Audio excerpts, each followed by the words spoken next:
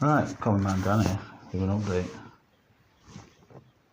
Just the way it's affecting me at the minute.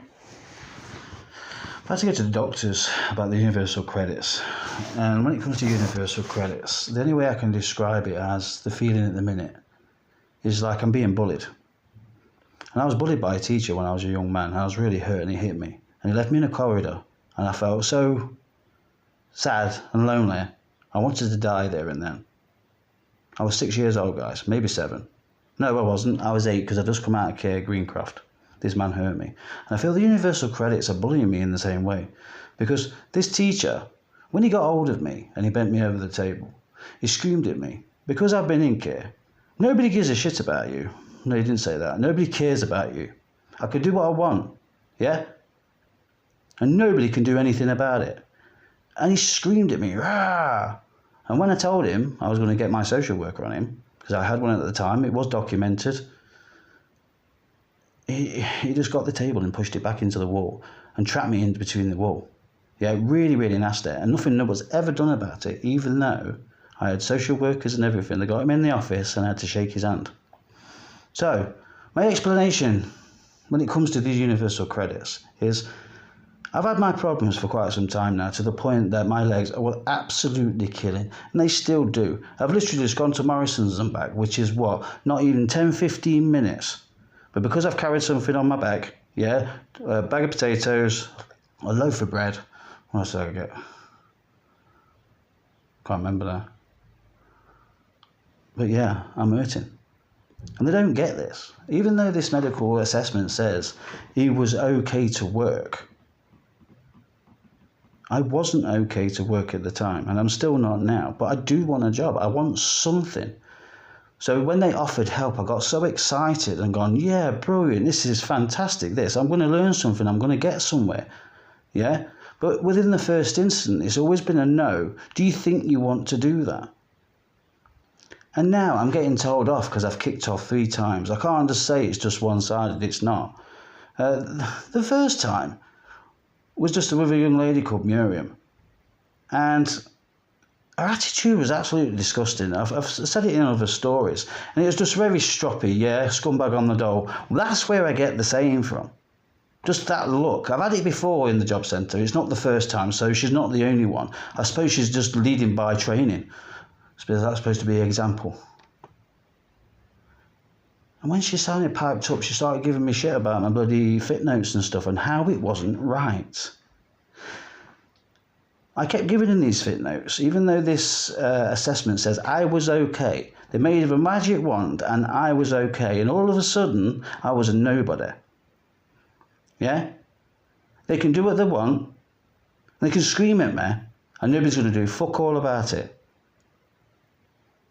These first instances, I did report and say, look, I don't want to talk to her. I wouldn't mind talking to a manager about behaviour and things like that. But there was another one before that called Miriam. No, not Miriam. McGriff. Not the lady herself. She was lovely. She had a lovely smile, she did. But there's a lady behind her that had a go. I don't even know who this lady is. And when I asked for an explanation of who this lady is, nobody would give me an answer. But this is the complaint that they don't want to listen to. Yeah, I've been trying to do this from the very beginning. I've been on this claim now 2.5 years. They could have trained me up and everything with the help that they offered. It's like they've put the hand out. Say, here you are, Dan, there's the help. And you've gone to get that help from your hand, from their hand, saying, thank you very much, lovely, I'm going to get a job. Yeah, when nobody else would give you a chance. Then they pull their hands away and go to the nose and stick the finger up at the same time. But then they keep doing it. Yeah, here's some help, Dan. No, finger goes up again. But they've not just done it once. They've done it almost 5 times now. 5 bloody times.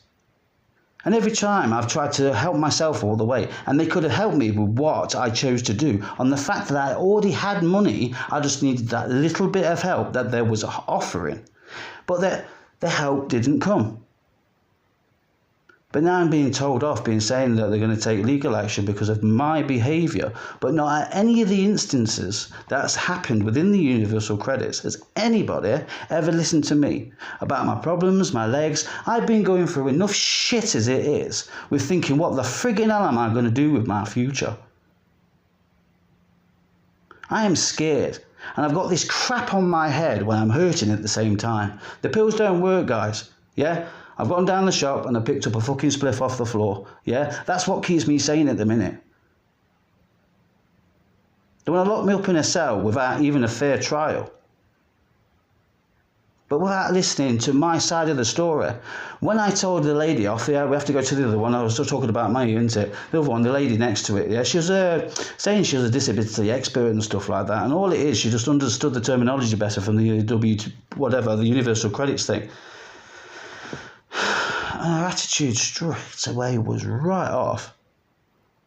You have to listen to the stories, just questioning me about my dyslexia and laughed in my face about the dyslexia. And yes, she did.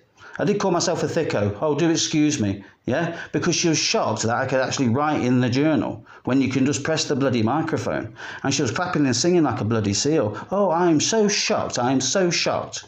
But when she laughed at me about the dyslexia, I just snapped, guys. I did snap, and I told her off big time, like proper loud voice, Mr. Shaw. I was the bully there then. But at the same time, the telling off was just. But I'm a loud man, that's how you do it. You just tell people off, oh, you don't do it like that. But it came out wrong. I'd been up for 7 days, guys. I had like 3-4 hours sleep every night. I had a twinge in my knee, the bloody, the tear that I had was pulsating, and all my body was doing exactly the same bloody thing. I got it from the COVID. I'm not saying it's from the COVID, but do you know something? From the point of me having that COVID, I've gone from walking, I got to 5 miles, only the once. The rest of it was I staggered it. So 3 times a day I'd go for 1 mile just round the block. And yeah, because I found a spliff most of the time. Yeah, so when I had the COVID jab, I felt it go in my arm. It was like lead. It felt funny. It did feel funny, cold, and you can't like feel it. But I don't know if it's related or not, but I've seen things on the telly, so it did get me a bit like, peculiar. Could it be that? Because I was walking, I was trying to exercise and get as far as I could. It was 3 miles, but on a weekend I tried for 5. But it was staggered, it wasn't all in one go. But I made sure I go up a few hills and things like that. Try and strengthen the legs so I could actually stand up long enough to do at least, a 4-hour shift. Maybe get a temporary bar job or something like that when it's busy. You understand what I mean? But then all of a sudden, everything just went to shit. My legs just went really hard, and it's just like everything tensed up big time. My body, my arms, everything, anything I've had. Then all of a sudden, it all just felt more intensified in the way of a feeling. So I've been laying in bed just to try and calm it. It just felt right. But it's like something pulsating in the whole of your body. It's like someone blowing up with a bloody balloon, yeah? Life size, yeah, from the inside. And that's how it feels when it's happening. But because my arms hurt and my legs hurt, you feel it in the bones and things, especially within the joints. So my arm aches when I'm trying to play computer. And we've just got the arm. And because there's like a bit of the wood there, every time I get it on my elbow and things like that, it seems like shocks all the way through my arm, so I can't leave it there for too long. I take a bag out when I go shopping and things like that, not to carry shopping, so I've got somewhere to put my hands so it's comfortable. But yeah, everything felt really bad. It is calming down now. I've had the operation, but the knee is not fixed. Yeah, it's not at all. I just do want someone to just get it and just yank it as hard as they can. Yeah, I'm still trying myself, but I've not done it. I tried hanging the weight over the bloody exercise bike as I've got my foot over the handlebars just to see if I can try and snap it back into place. But it's not bloody working. You can kind of just feel it. I think it needs to be twisted, I don't know. But they said they can't see anything, but it doesn't feel that way. That I can assure you.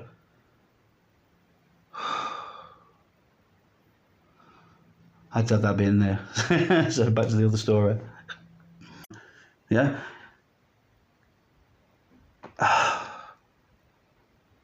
So you've got to admit all that, aren't you? You can't just hide who you are. This is what I'm doing at the minute, just to survive and get by.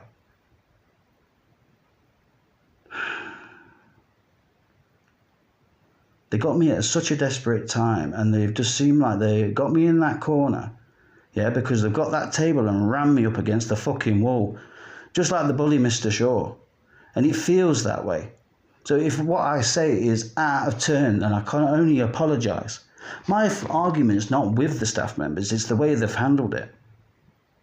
The last geezer in the bloody booth, he was just being a right cocky bastard. Simple as that. And he thought he had a right to fucking talk down to me in a way that any idea that I had was no good. But his one idea of office was the best one.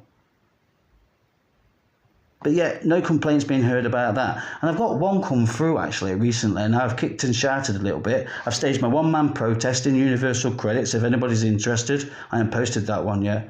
I'm trying to get the bloody videos that all the security frigging recorded. I didn't know what it was going to be. I know there's going to be some sort of an argument, all of a sudden one-man protest. There you go. And I spoke to the copper outside. I had a lovely conversation with him. Respect to that copper, big time. Yeah? I wasn't there to cause trouble. But my voice has been heard. They're starting to listen. Yeah? Otherwise, they wouldn't send me letters about being in court. Then about peace and respect and everything for everybody, and their staff members being safe. But if they're not willing to investigate the situation at all, yeah, 5 different instances, not including Ingus and Restart not helping me out. They've done exactly the same thing. Here, Dan, here's some help. Oh, hang on, I want to be a deliveries driver. I've got £900. Yeah, if you can help me with equipment and things like that, yeah, then I might be able to. I wanted help with the CBT. That's like 200 quid. No, it's 170. Yeah, let's get the money right. Yeah, so I paid that. Got my CBT, got my bike for 600 quid. That got fucking nicked. But the problem, the other one might have got nicked anyway. It doesn't matter if it's more money or not. But basically, the idea was there's a local phone to us in Blackburn, just between the town centre and stuff. I think it was them. I'm not too sure. But it's on about one of those bloody, is it what, bloody 50cc? What is it now? Can't remember now. But yeah, it was 1,200 quid, 1,250. I'm sure they had one in the back was 800 quid as a Vespa white one. Yeah, I was thinking, oh, that would have done, but I needed money for insurance and things like that. So I thought, okay, if I go 600 quid, I can start straight away. It just never happened, guys. It didn't. And when I got the electric bike, it didn't do the freaking 140 kilometres, it says, unless you go in Power Assist 1. And because I can't pedal hard, I can't assist the bike. The bike assists me. So basically I've gone and sold that. And the other red bike, so I've got nothing to get around on now. That was my means of transport just to get to and from the shop, so I'm having to walk again. So I'm just doing it little by little. And for those who say deliveries and taxis, it all costs bloody money when you skint, and I'm not doing it. Yeah? You've got to do what you've got to do when you have to do it. Simple as that. I'm not a lazy man. I want to do something. I'd like to get a job in the Universal Credits now. Yeah? I want to show them how it's done. I'm not just bragging it. My ideas are there, my stories are there. So if anybody want to know what this crazy Universal Credit guy who feels like he's being bullied by a universal teacher who could think they can get away with murder.